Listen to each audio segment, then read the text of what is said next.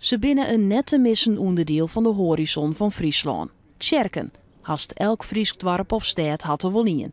Stichting Oude Frieske Tjerken zorgt al meer dan 20 jaar voor het behoud van de oude monumentale gebouwen die toch kerkelijke mierskippen oerdroegen binnen. Die binnen nota on een opknapbeurt. Na december zal de bouwkundige ondergang met een stuk als 4 kerken die dit jaar nog ompakt worden zullen. En in elk geval van de kerken van Blessem is duidelijk dat dat barre zal. En ook de kerken van Lichtaan stiert heeg op een list. Om bouwkundige redenen. Hier in Blessem wordt het dak en het voegwerk restaureerd. En de binnenkant van de kerken wordt opknapt.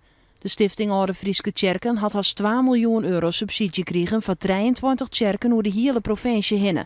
Blessem is blij met de opknapbeurt. Ja, het is het hart van het dorp heen en het is heel mooi dat wij broeken hem in die zin heel multifunctioneel. Dat er een feestje is bij de kandelaars, waar feestlaagjes in eruit. Ja, zo functioneel broeken we hem.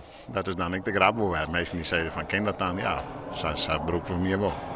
De stichting schreeuwt de komende tijd nog orenfoensen aan om geld van zijn oren 16 kerken te krijgen.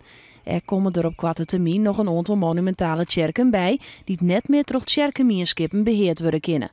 En dat zullen er nog wel meer worden in de toekomst. Dat kan nog wel eens een probleem worden. Nou, ik denk net in termen van problemen. Ik denk meer in termen van uitdagingen. En voor de eerste 6 jaar hebben wij het probleem opgelost. En daarna leidt er weer een nieuwe uitdaging om dat geld op het kleed te krijgen.